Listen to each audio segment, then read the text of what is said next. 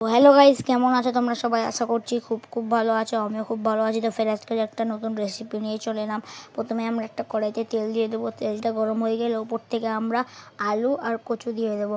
দিয়ে দেওয়ার পরে আমরা একটু ভালো করে তেলে মিক্সড করে রেখে দেবো গোল্ডেন ফ্রাই হওয়া পর্যন্ত। তারপরে আমরা আরেকবার দেখে নেবো আলুগুলো গোল্ডেন ফ্রাই হয়েছে কি। তারপরে আমরা ঢাকা দিয়ে আবার রেখে দেবো। তারপরে আমরা এবারে দেখে নেবো আমাদের আলুগুলো গোল্ডেন ফ্রাই হয়ে গেছে।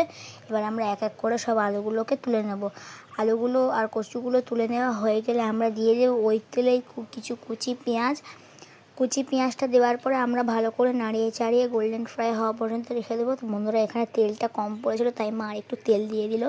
তারপরে এদিকে আমাদের পেঁয়াজগুলো গোল্ডেন ফ্রাই হয়ে গেলে ওপর থেকে আমরা দিয়ে দেবো গোশটা দেওয়ার পরে দুটো তেজপাতা, আদা রসুন বাটা আর কিছু গুঁড়ো মশলা দিয়ে দেবো। গুঁড়ো মশলার মজা আছে লঙ্কা গুঁড়ো, হলুদ গুঁড়ো, জিরের গুঁড়ো আর নুন।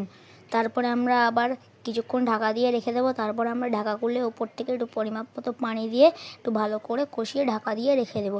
তারপরে আমরা আবার ঢাকা খুলে একটু ভালো করে কষিয়ে নেব।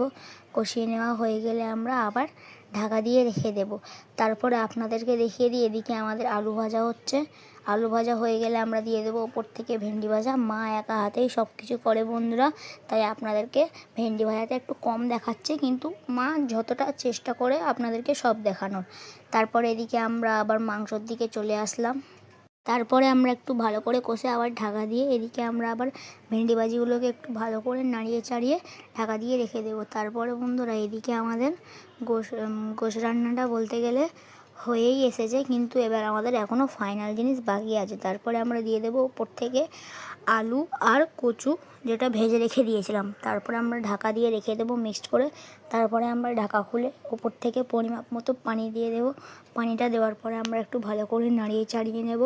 নাড়িয়ে চাড়িয়ে নেওয়া হয়ে গেলে আমরা রেখে দেবো। তারপরে কিছুক্ষণ পরে আবার একটু পানি দিয়ে দেবো, পরিমাপ মতো কম পড়েছিল।